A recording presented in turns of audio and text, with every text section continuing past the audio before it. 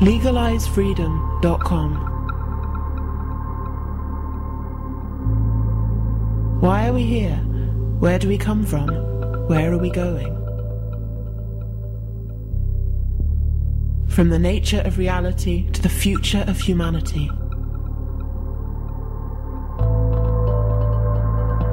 Beyond politics, poverty and war. LegalizeFreedom.com.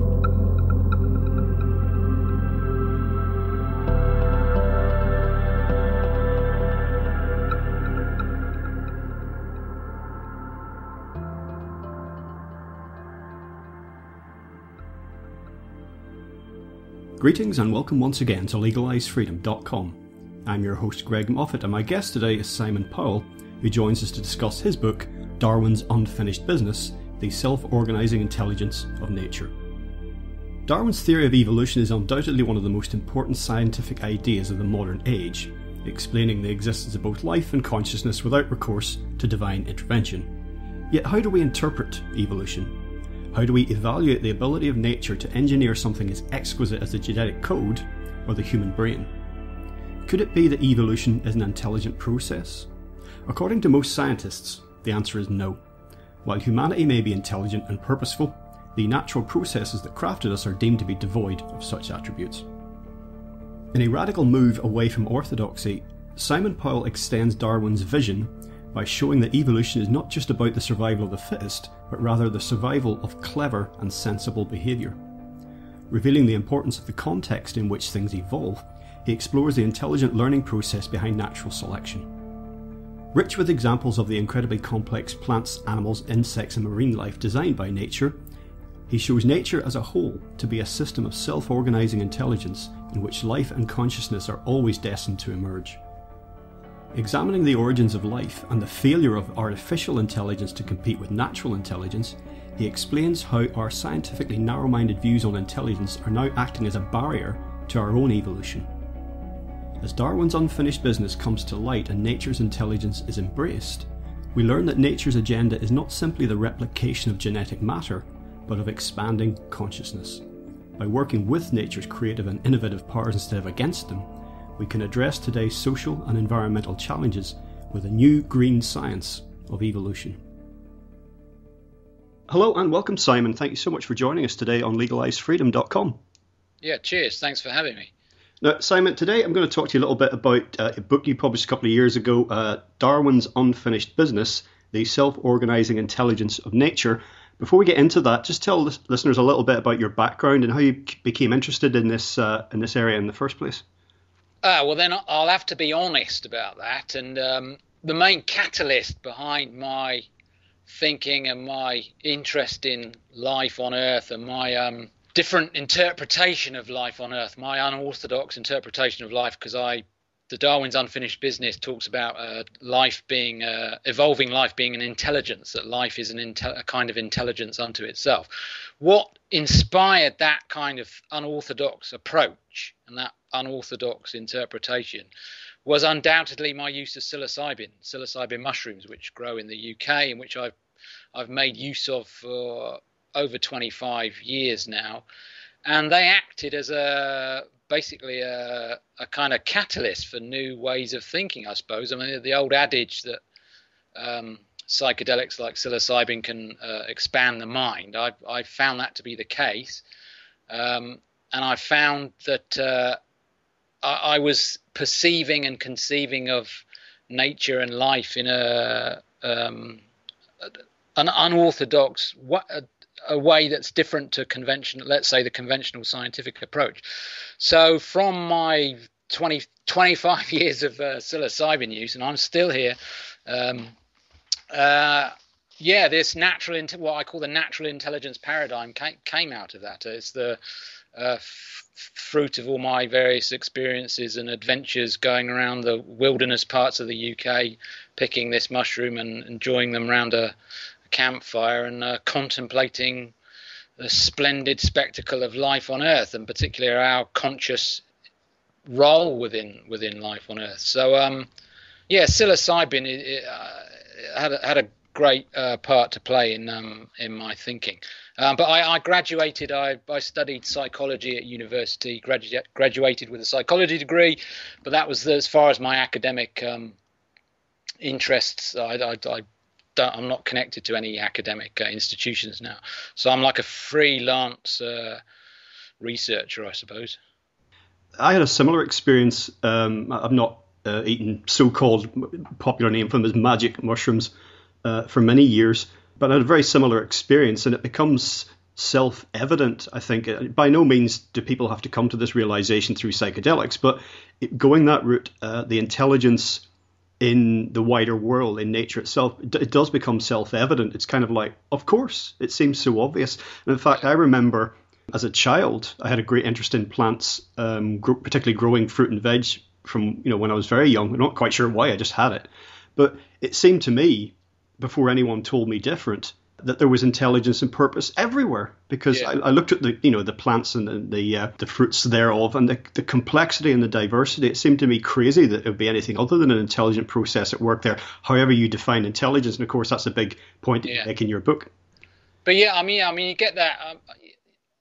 That's totally understandable. There's a sense, and you get this with psilocybin, that there's I suppose if you boil it down, there's some sort of wisdom or way, a wise way to life on Earth and to the rest of nature, and that there is some kind of, I mean, teleology, the idea that there is purpose within, that the universe has a function, or nature has some kind of function.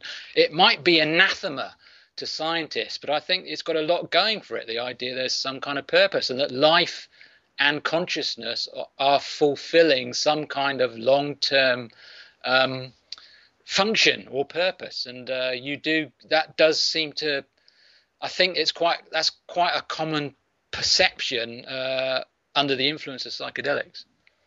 And when we start to talk about intelligence and indeed a degree of design, we're not talking about intelligent, we'll come on to this later, but we're not talking about intelligent design per se as it's currently bandied about. But you're postulating basically that evolution, it clearly happens. I don't think anyone can look at the world and say that nothing has ever evolved. We didn't all just arrive in 7 days, or was it 6 days and 1 day off? Can't quite remember. But that the idea of dumb, unintelligent nature doesn't account for what we see. The aforementioned complexity and diversity, and the idea that all of this arose randomly from mud, basically for no reason. I mean, the odds of that are extreme. And as you point out, context is everything. That's a thread running right throughout your book. Well, context, you can expand. Context also includes the laws of nature. You need in order to get life and consciousness, you need, precise kind of Lego bricks. You need a very, very highly specific kind of universe for life to have a self-organizing universe in which life naturally forms, naturally arises, where conditions are fitting for it. It's the whole system has got to be it's intelligently configured, but the intelligence is in the whole system.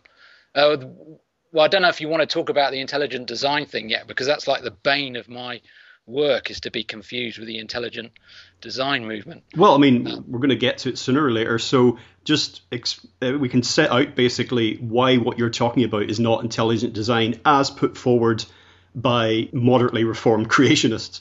Yeah, well, but the difference between the natural intelligence paradigm and intelligent design creationism is that intelligent design creationism, they see they're invoking some kind of supernatural intelligence. There's something outside of nature, whatever that means, to be outside of nature, that can manipulate and step in and tinker around, which is good. It's theistic. It's the idea of a god existing outside of nature. Whereas I suppose the natural intelligence paradigm is more pantheistic in that it sees intelligence as being integral to nature itself. It's not a supernatural intelligence, it's a natural intelligence. So when I talk about evolving life being an intelligence, I mean life itself is an intelligence. And when you look down at a microscope at a cell, and you're looking at all these self-organizing molecular processes, that is the intelligence that you're looking at. The intelligence is embodied in the specific behavior of chemicals and molecules. So that it's not an external intelligence. Life itself is an intelligence, and it arises because the larger system that provokes, evokes, and nourishes life, the larger system being nature and the laws of nature and the forces of nature, there's some kind of intelligence in that as well. But it's not supernatural, it's nature itself. And it's autonomous. It's an autonomous intelligence that is nature. Nature is a naturally intelligent system that provokes naturally intelligent processes like evolution. Now, one thing that I've been puzzling over all my life, and a lot of other people have been as well, is just literally the origin of life itself. You know, is it ex nihilo, from nothing? How is that possible? The origin and function of consciousness. Is consciousness actually the ground of being? You know, is it that the background from which everything else arises? On and on and on, endless questions, very few answers.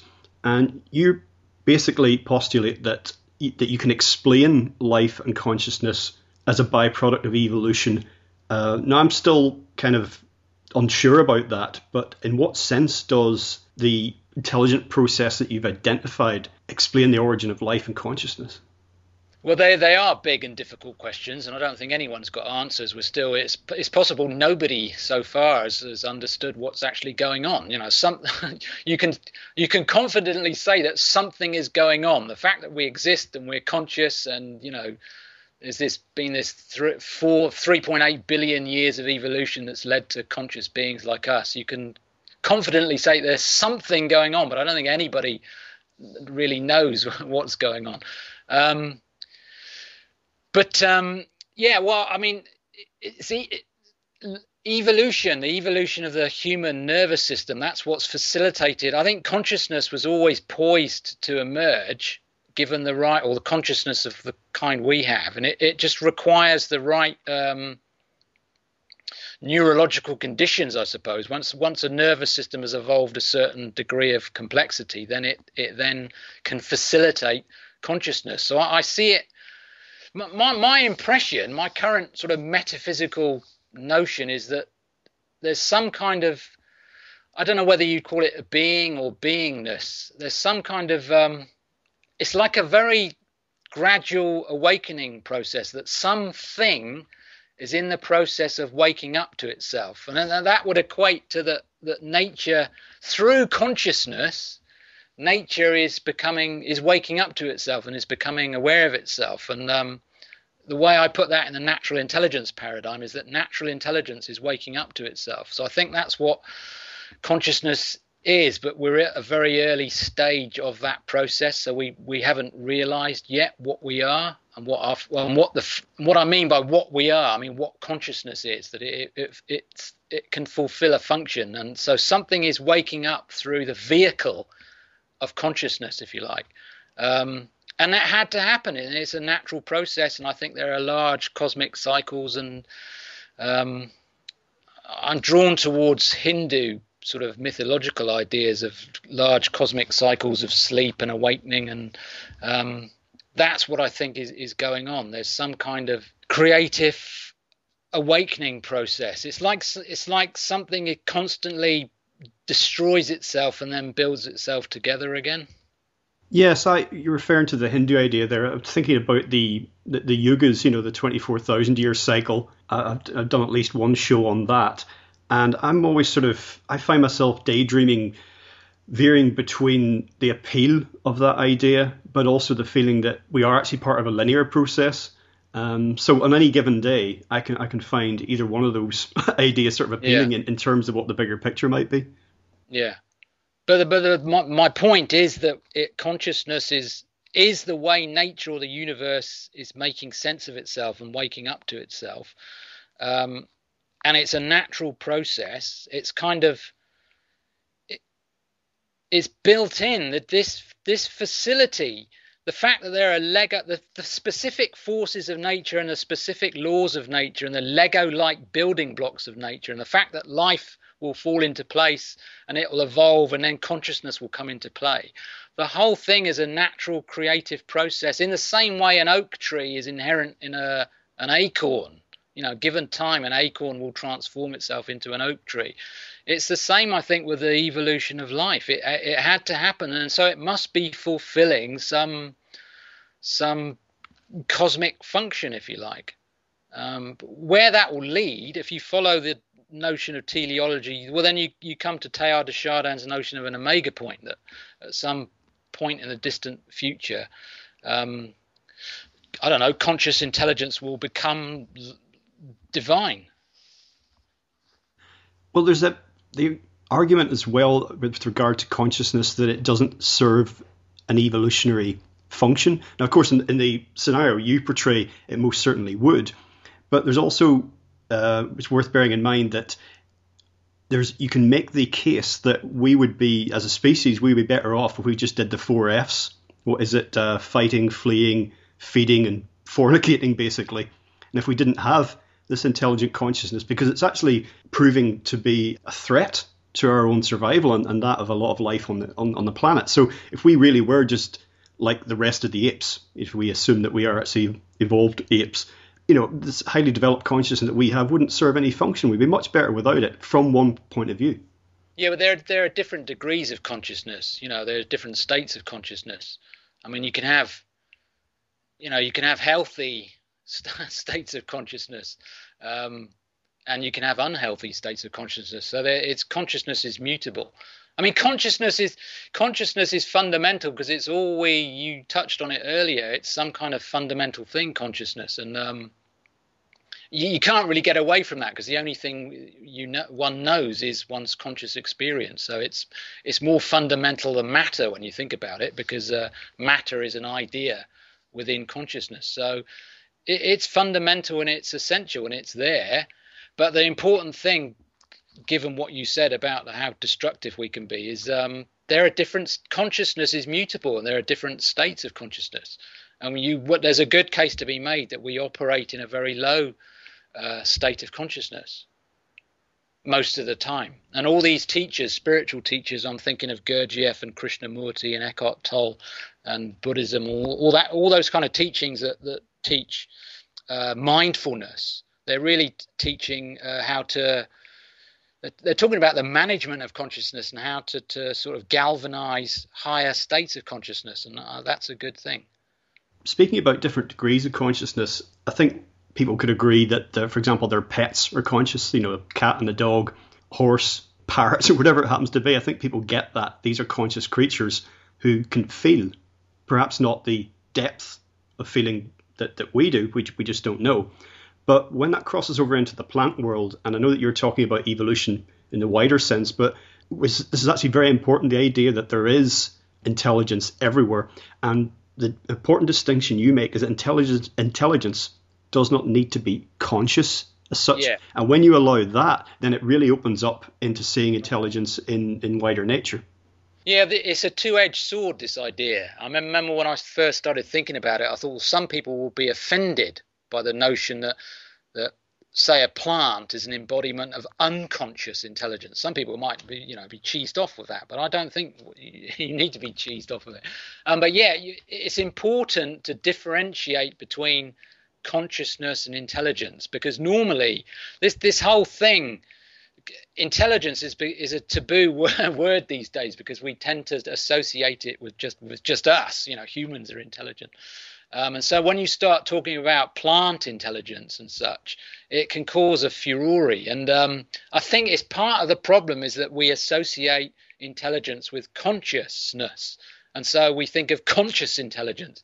But there can be unconscious intelligence. So my argument that I make in Darwin's Unfinished Business, or when I talk about life being an intelligence, think about, I don't know, bacteria or fungi or plants. I'm saying that it's the biologic of which they consist. I'm saying that's an unconscious intelligence, and that intelligence goes through phases, and it's when it gets complex enough, or it's got the right conditions and the right kind of nervous system and the right kind of information, the right amount of a deep enough resolution, as it were, then it becomes intelligence can become conscious.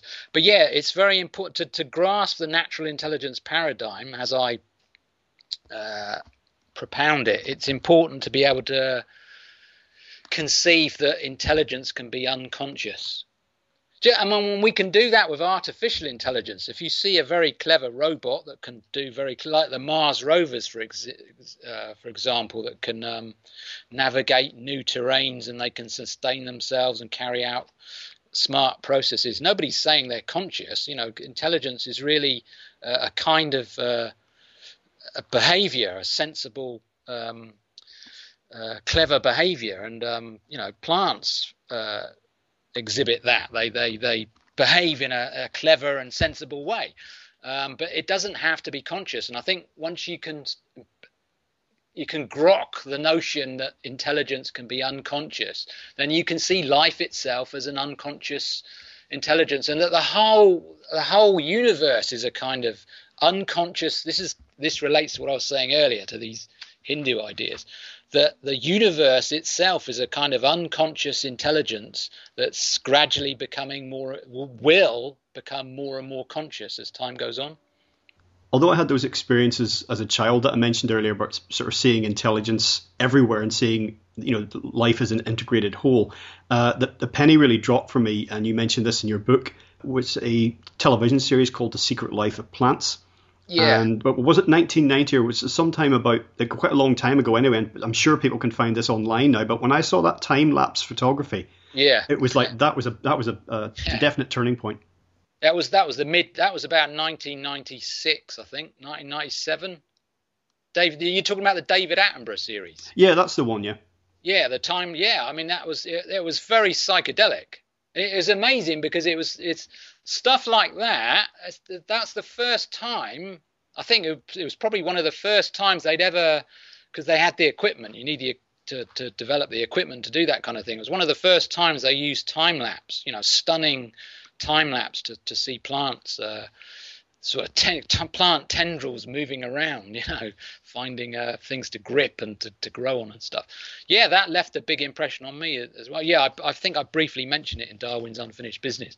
But yeah, it's interesting that you need this human technology, human intelligence applied to technology can then reveal the natural intelligence of, in this case, plants.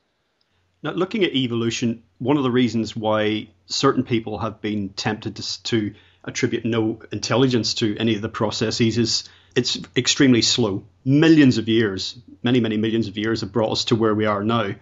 And you mentioned Ray Kurzweil, the well-known sort of transhumanist advocate.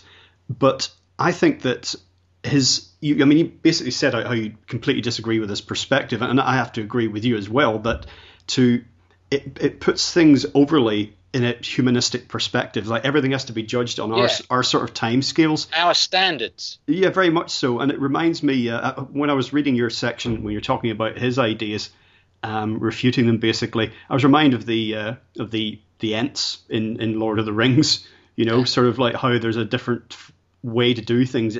Everything doesn't have to be done quickly, nor on a human timescale. Yeah, well, that's the other thing about the intelligence of life. It's very slow, but I mean, life? It's got all the time nature's got all the time in the world and all the energy in the world. So who's counting? But the example I give, the Ray Kurzweil thing, I think I quoted him, is something he wrote a long time ago. He was talking about the IQ. Of evolution, and saying it was just above zero or something silly like that. And I just criticized that, saying it was ridiculous to try and to talk about the intelligence of evolving life in human terms and IQ terms. And the example I always give, if you want to pursue the IQ thing, because we always often people think of intelligence, they think of IQ tests and stuff. If a 6-month-old child got full marks in an IQ test by some honest means, but took 6 months to get a full maximum score, we wouldn't ignore the child on the grounds that it took 6 months, would we? Are we stupid? The child's obviously a prodigy, and anyone who ignored that child just because they dismissed it, say, well, it took 6 months to get this maximum score, they'd be stupid. So duration doesn't matter. What matters is the nature of the process and what is being achieved with that process. And so, yes, evolution takes millions of years, but that's the way life works. Intelligence doesn't have to be on our timescales. There can be intelligence operating over millions of years. What's important with evolution are the specific changes to genes that occur over millions of years. It's all very specific. What nature preserves again and again and again specific changes to DNA, those specific changes that lead to some kind of sensible life-affirming behaviour. And then when you look at the entire series of changes, that's when you start to divine the intelligence. It's information gaining intelligence. DNA is an informational system. Information is being manipulated over time. The whole thing is a natural intelligence. I'm convinced of it. Thinking about it again now, I'm reconvincing myself of it. But so it takes time, but it doesn't matter. What matters is the nature of the process and the information, the specific kind of information processing, because DNA is digital. This is another thing people probably don't reflect on. DNA is an actual digital code. We always think of digital codes, we think of binary computer code, and we think of human technology and computers and stuff. Life is based on DNA and the genetic code, which is digital. There are 4 kinds of nucleotides. So it's quaternary rather than binary. But it's a digital code, and so life is digital information processing over large periods of time. I think we miss a lot and we lose a lot in life really by putting everything on human timescales. I mean, I live in a city here with a cathedral that took, I sometimes pause to think about this when I'm walking past, it took hundreds of years to build. The men, and it would have been men and probably boys who started to build that, knew they would never see it complete, but still they spent their lives working on it. Yeah. And it's something we seem incapable of doing now really is putting things, zooming out into see things in a bigger picture. Yeah. Well, yeah, it's important to do that. I mean, that's another thing I tend to bang on about, is that we need to. I've got this new book coming out in January. That's about psilocybin again. But I've got about 20,000 words of notes for a 4th book I'm going to write. And the title I'm playing with at the moment is Transcension. And transcension is the act of transcending. And I think we just need to. You're talking about the bigger picture, that we need to grasp the bigger picture and see the larger whole of which we're all a part and stuff. We need to basically transcend our current concepts. We really need to take a new step forward, and all things like flag waving and the sense that we need to transcend our sense of identity, rather than thinking you're British or you're French or you're a Jew or you're a Palestinian or you're an Arab, or all this kind of stuff. We're all humans, we all exist together on the same, within the same biosphere, which is our shared home. And so it's which is part of this evolving cosmos. And we need to expand our minds, and if we don't, you don't have to do that through psilocybin, but we need new concepts and stuff to enable us to transcend our current, to evolve. Everything changes and evolves, so we need to get wise to the bigger picture, particularly to the biosphere, because our shared home, the biosphere, is we're at a critical juncture of human history now, with 7 billion people and the global warming and stuff. All the infighting's got to stop. We need to start cooperating as a global species within us, and realize that the biosphere is our single shared home, and we need to be sharing resources, and we need to be developing long-term thinking in order to create a sustainable future. Yeah, so we certainly could do with being a bit more humble, couldn't we? And I mean, I mentioned earlier, in the context of Ray Kurzweil, the transhumanist ideas, I think in some ways a lot of the stuff we hear talked about technology and where that's going to take us is kind of misleading. I don't have great hopes for any of the transhumanist ideas, and I think they're misunderstanding what it is to be human in a way. Spending the one life they have, unless you want to get into sort of Vedic ideas and reincarnation, but spending the one life they have trying to outlive, what their natural span, and it really does miss what being human is. I mean, for me, being human, and again, it goes back to what I was saying a moment ago about perhaps being humble, is to be born, basically to love, and to die. Dying is part of being human, and that doesn't seem to be enough for some people. Yeah, but I mean, these are difficult. What it is to live, what it is to be born, to live and die as a human. I mean, what a trip that is. But yeah,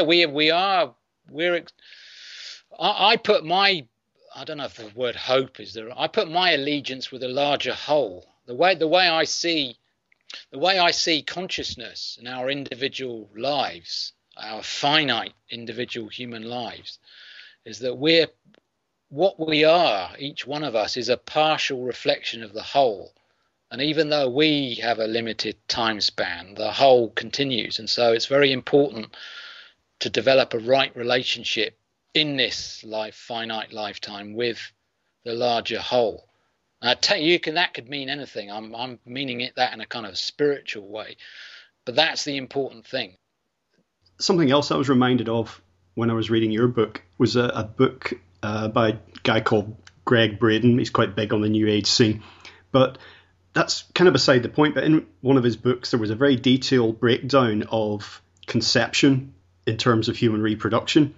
Now, I'm not a parent, but obviously I know the basics of how conception, pregnancy and childbirth, that works. But when I read it in this broken down form, I had to keep stopping as I was going through it. I was going, this is incredible. It's like, yeah, I sort of knew this, but this is unbelievable almost. The idea, what are the chances of this ever happening? And it was almost a magical process.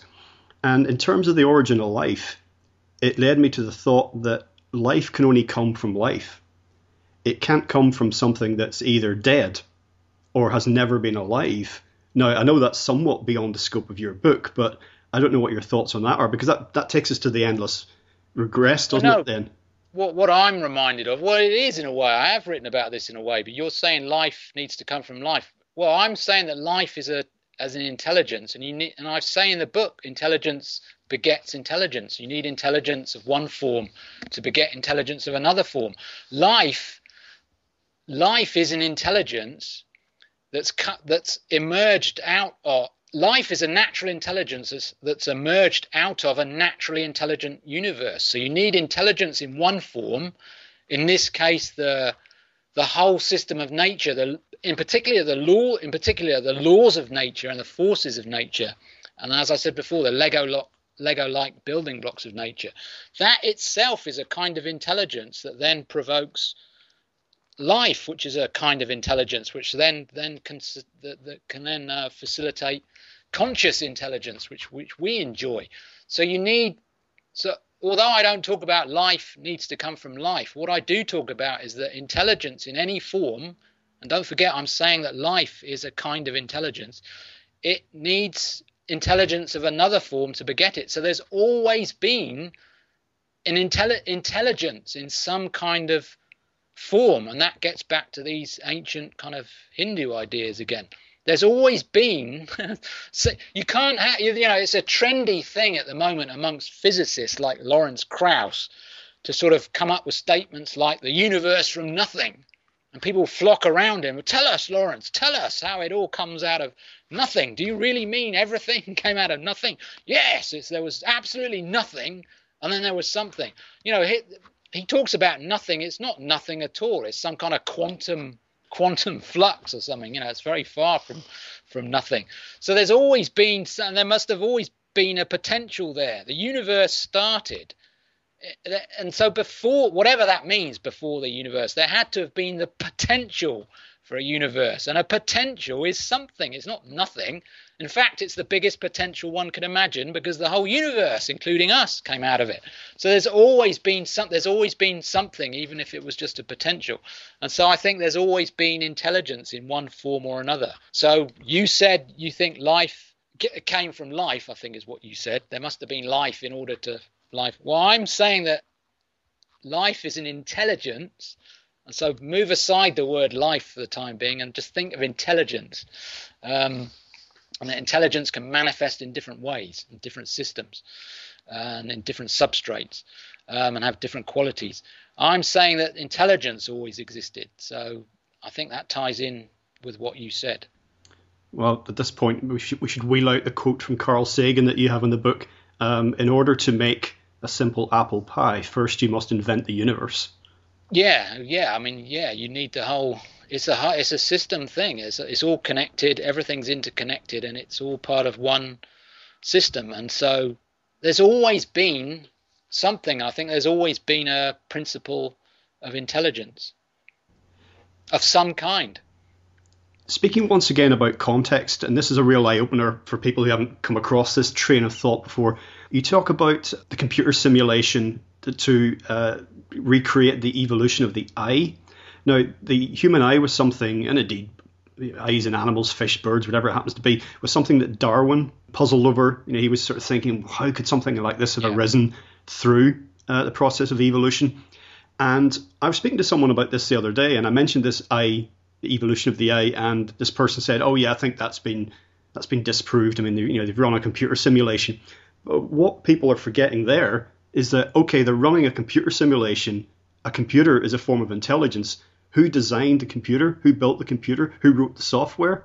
It's all intelligence. So that the AI program, so to speak, doesn't necessarily show us that the AI could evolve, as a random process, purposeless process from the proverbial primordial soup.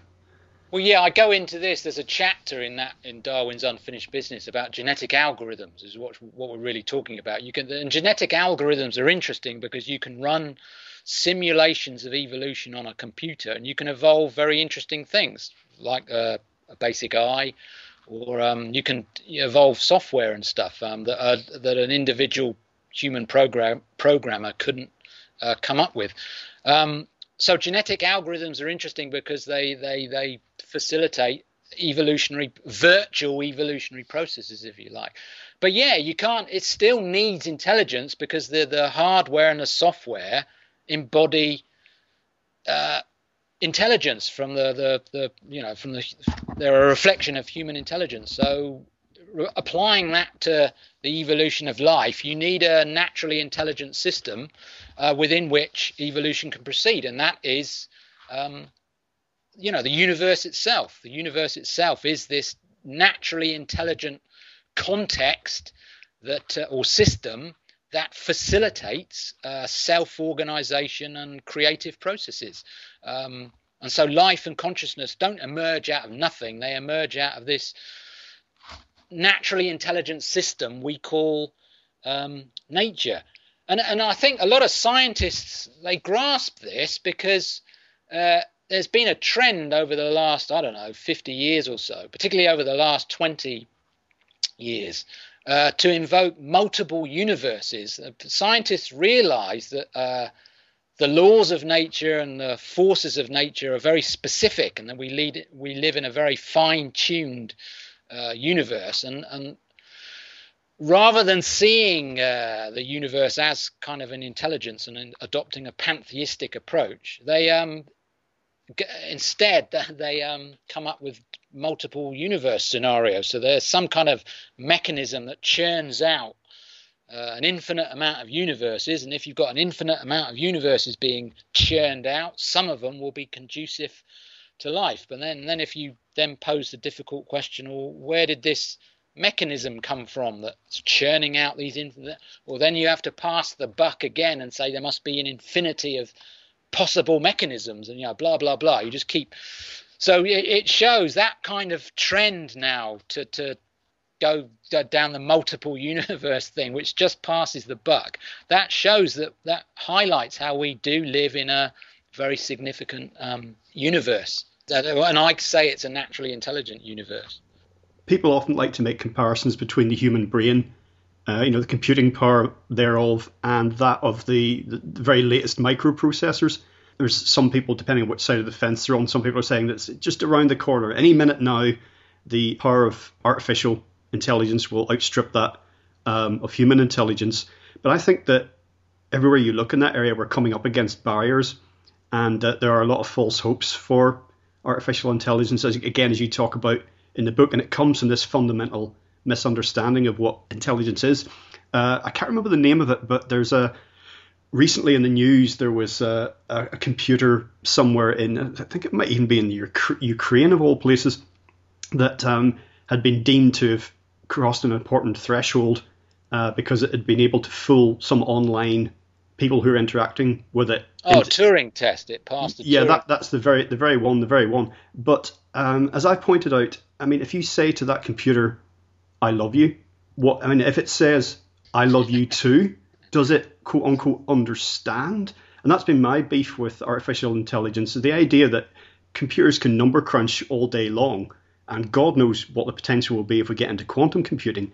But what's the question of meaning? And that's what human life is all about, meaning and understanding. And I don't think, in that sense, artificial intelligence doesn't understand anything. Well, it would have to be, at times when I thought about this, a conscious AI, now I'm talking about, not an unconscious artificial intelligence.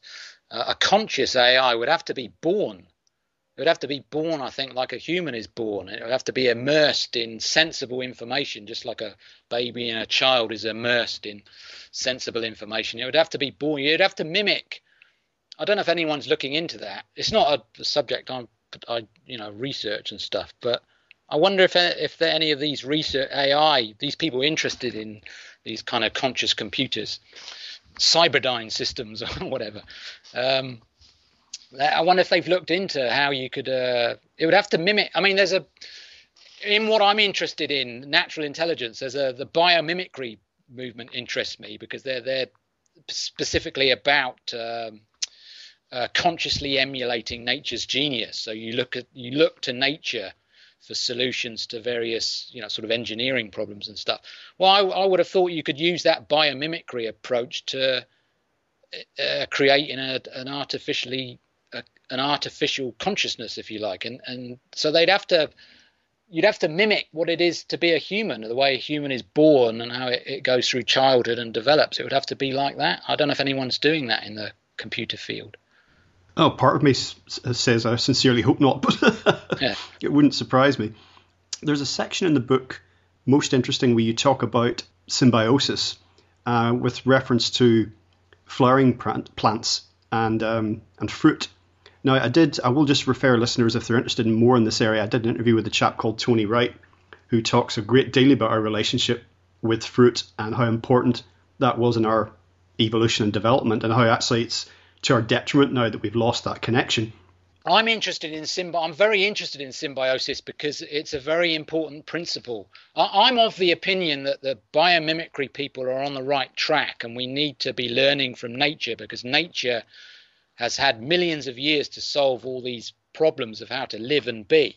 And so there is a wisdom to life, and we can learn from life. And one not just like, for instance, Dave, if you want to, this is just a typical example of the biomimicry movement. If you engineers are interested in the difficult problem of how to create a glue that works underwater, it's a difficult thing. They're creating a glue that will work in watery conditions. You can look at how barnacles adhere to rocks and stuff underwater. So you can look to nature to look at what molecules and proteins and stuff various organisms are using.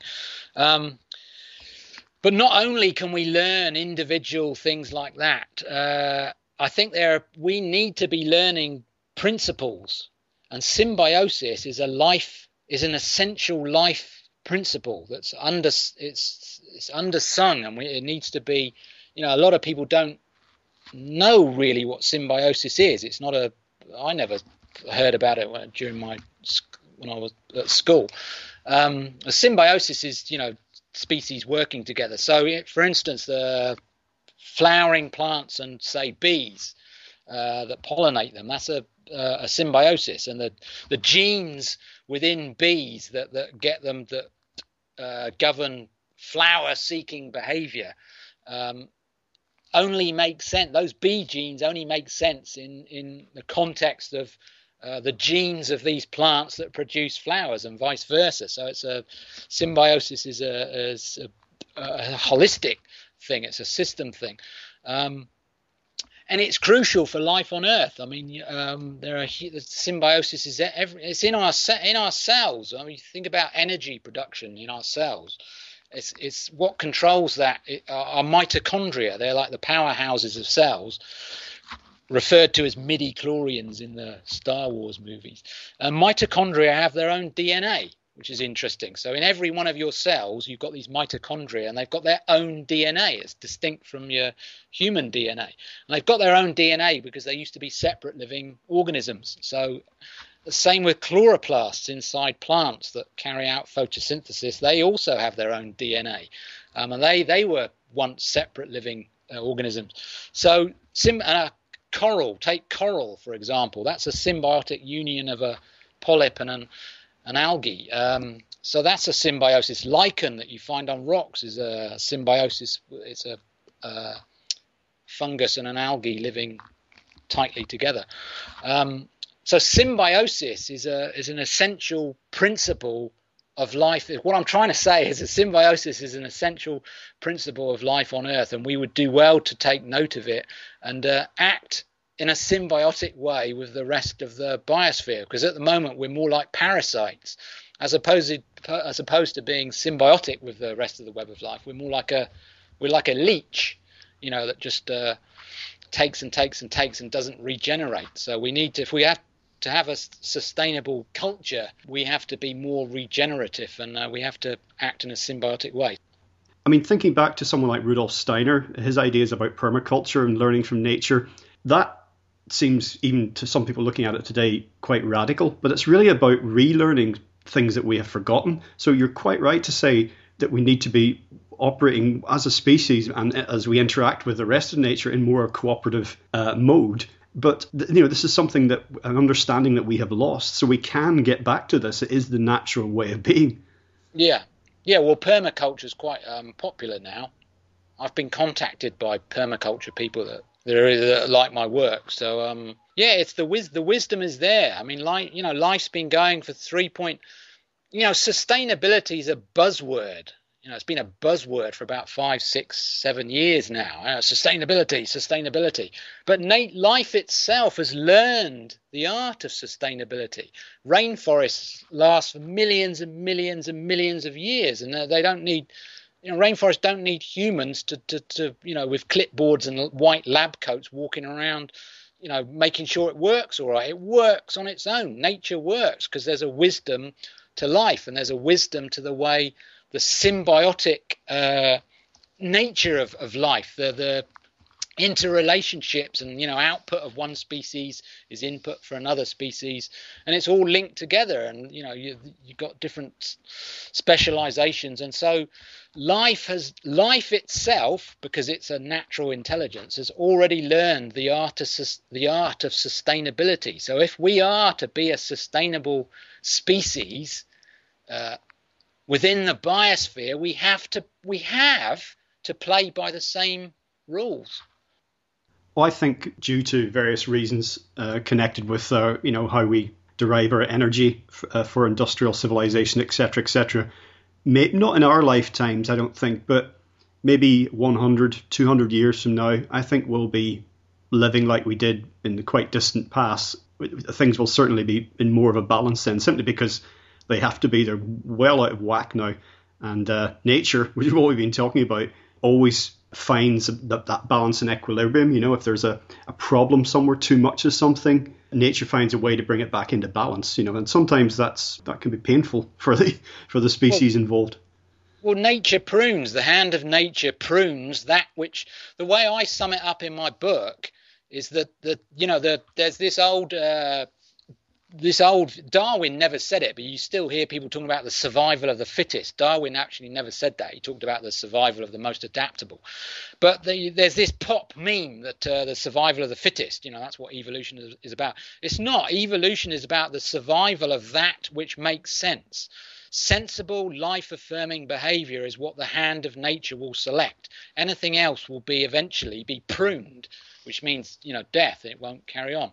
And it's the same for the human species, unless we play by the rules I was talking about and we become more symbiotic with the rest of the web of life and we live accordingly, we will not be sustained. We will be pruned. So we have no choice, really. This is the age in which we live. We've reached this important with global warming. We've reached this juncture now where we have to, which is why I think it's very important to reassess our relationship with nature. I bang on a lot about our relationship. David Attenborough, who made that Private Life of Plants series, he's been interviewed recently and people were asking him what's the thing he's most concerned with. And he says it's our mankind's disconnect from nature. And it is, because most of us live in cities now. Nature deficit disorder is a very serious thing, and if nature deficit disorder is allowed to continue en masse, then we'll go down the pan. Life will carry on, but the human race won't, or it'll be severely curtailed. So our relationship with nature is a very important thing, and getting back to how we started with psilocybin. I mean, psilocybin is it's produced in these mushrooms naturally in the UK. It's part of the wilderness heritage of the UK, and it is like a sort of a medicine that's being produced there, and it can reconnect. It's an eco-psychological catalyst, and it can reconnect us to nature, and we need to be reconnected to nature. And you were mentioning was it transhumanism or whatever? The problem with that is it's a long way from nature. It's almost like the people are saying, well, nature's boring and we understand life now, and life's just DNA and variation and natural selection. It's not. It's life is a technology. Life is a natural technology, a nanotechnology when you look at the scale that it's on.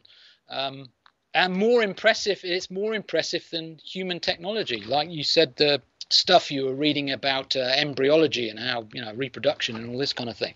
Life is a natural, highly sophisticated technology, but we've yet to acknowledge that it's a technology. It's like the word technology is the same as intelligence, and we reserve it for ourselves.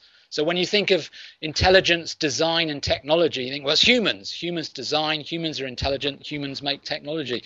But life itself is a natural technology, it's a natural intelligence, and it's redolent in natural design.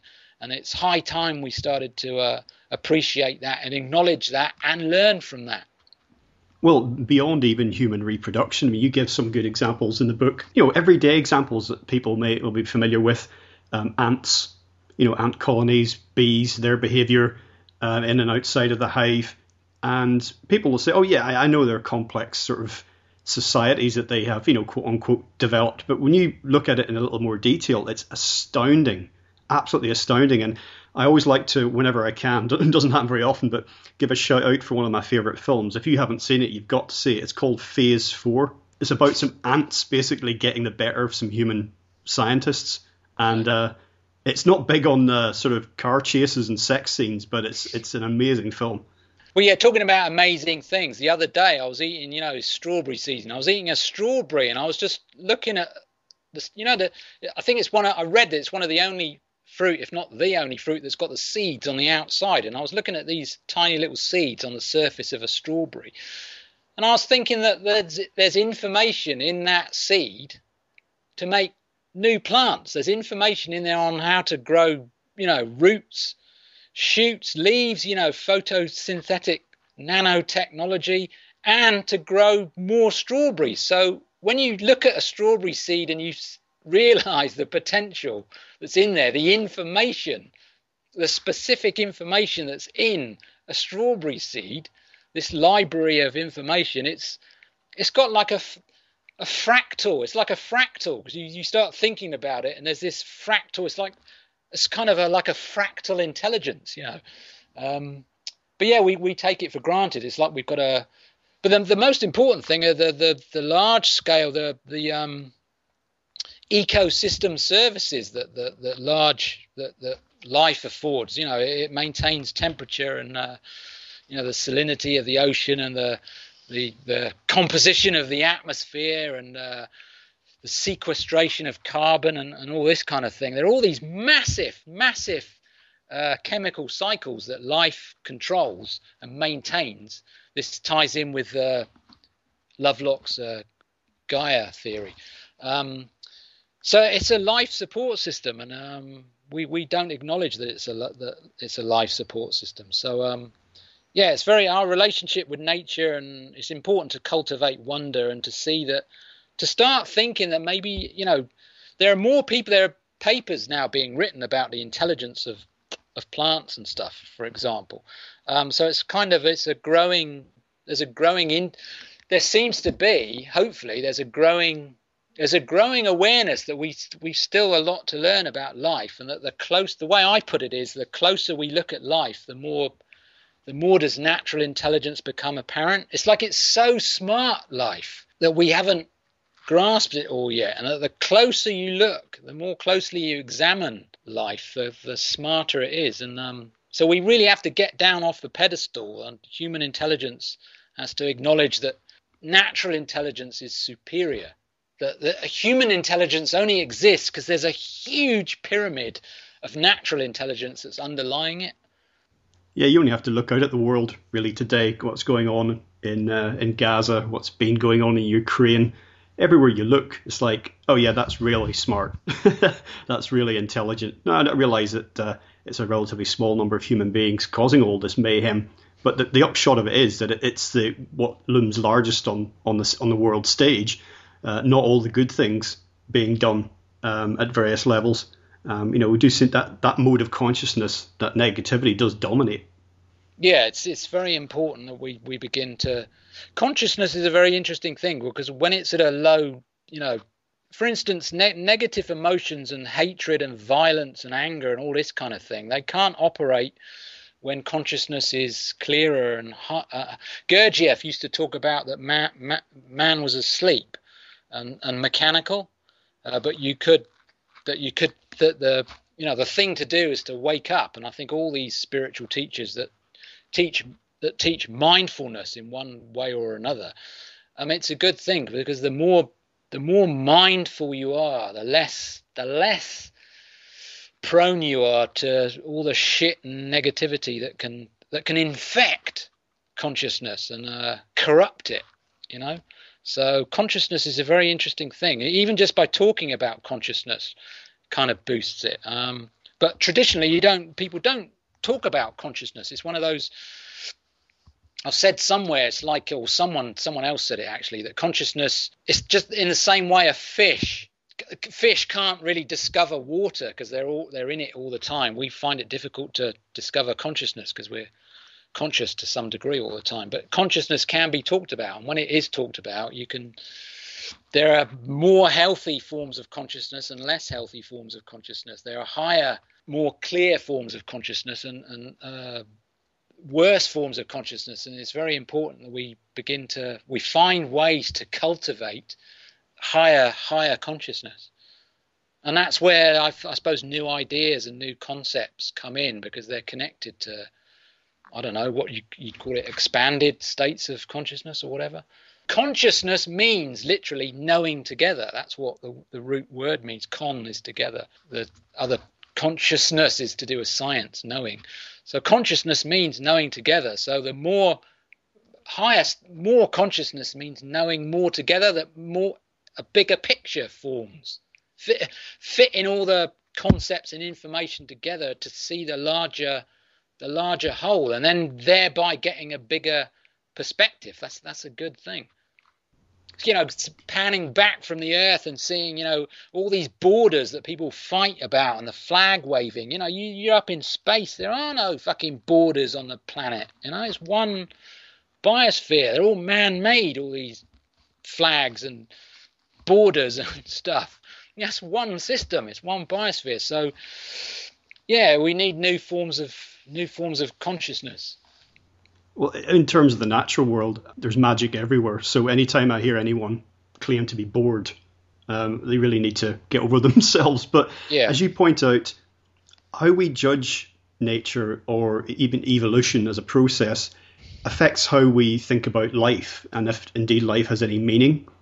And that then affects how we live life and treat other living beings. And that's really at the root of what we're talking about here. And of course, those more metaphysical questions are ignored by science, which just likes to cut things up and stick them in petri dishes and under microscopes and all the rest of it. But of course, the idea of talking about evolution as somehow purposeful or to have meaning, that for a lot of people are uneasy about that, because as we talked earlier with intelligent design, it opens the door to God. In some people's minds it does anyway. And you quote Richard Dawkins quite a bit in your book as an example of the sort of counter reaction to that. But really, if we can, I always knew when I was thinking, early on in life, was doing biology at high school, thinking about evolution, thinking about the idea that God made everything in a week. And I knew that there had to be some synthesis somewhere. And that's what I think your book's very good on. Because as I mentioned earlier with my childhood experience with plants, I saw intelligence and design. I will use those two words together. I saw intelligence and saw design everywhere in everything. Yeah, natural intelligence and natural design, as opposed to supernatural intelligence and supernatural design. So you saw you saw intelligence and design within life, because there is intelligence and design, but it's natural. It's not supernatural. It's not that there's something existing outside of nature that's pulling all the strings. The intelligence is inherent to nature itself. So it's more of a pantheistic notion. The intelligence is inherent to life. But yeah, there are two. It's almost, the way I put it is that there's a pendulum has been swinging from hundreds of years ago. That the church and religion was the main kind of force, and then Darwin came along and gave everybody assumed that God did it. Why the wings of a bird, they're so well designed for flying that God must have done it, like in a miraculous ping event, ping, and there were these wings. And then Darwin came along and showed how there was this natural process over time, evolution through natural selection. And so you got the pendulum has gone from a religious, fundamental kind of religious theistic view, and it's now swung right to the other end, and you've got hardcore atheism, and there is no intelligence, and it's all a big accident, and blah blah blah.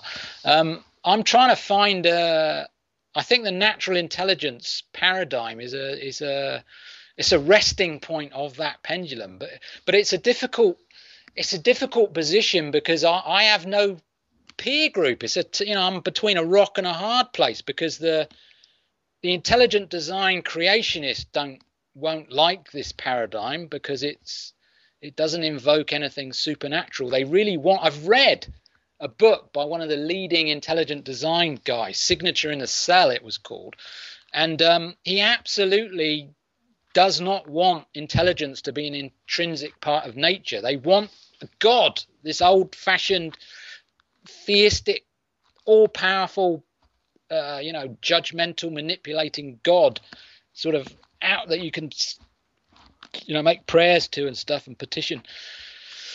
So it exists outside of nature. They absolutely do not want intelligence to be an intrinsic part of nature. And so you've got that.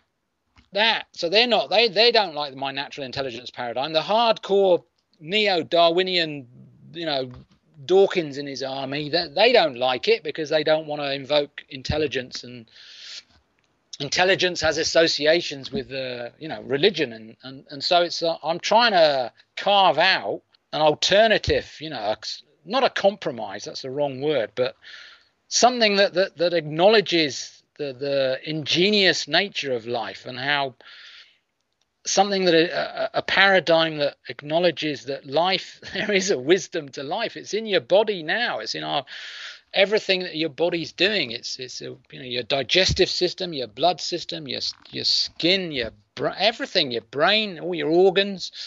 The root word I learnt this recently. The root word of organ. It comes from the word tool. So, an organism is a collection of highly sophisticated tools. So technology, as I said earlier, life is a technology. So the natural intelligence paradigm is it's endeavoring to acknowledge that there's a wisdom and intelligence to life, but it's not a supernatural wisdom or intelligence. It's nature itself, life itself, the whole system, the cosmos is a form of intelligence itself. And so it's an alternative to the other dominant views, if you like. Well, Simon, as we draw things to a close for today, I'll just remind listeners we've been talking about your book. That's Darwin's Unfinished Business. Subtitle is The Self-Organising Intelligence of Nature. That's widely available, and I know you've got other publications out there. So perhaps you'd like to share information with folks about that, your website. I know you've got a conference coming up in October, which you're going to be part of. So just share that information. Anything else you'd like to put out there? Well, my website, simongpowell.com. I have another book, an earlier book. The first book I wrote was The Psilocybin Solution. That's about psilocybin mushrooms. I have a new book about psilocybin coming out January next year. A load of stuff on YouTube. If you search for Simon G. Powell on YouTube, I've got two full-length documentaries on there, Mana and Metanoia. And the conference is in the first week of October, I believe. It's called Plant Consciousness. I won't be talking about plant consciousness. I'm going to be talking about plant intelligence. I said earlier to you that you can differentiate between conscious and intelligence. My talk will be about botanical intelligence, and I'll be making the case that plants are embodiments of it. They behave in a naturally intelligent way. That won't be hard for me to make that case. That's coming up that's in London somewhere in the first week of October.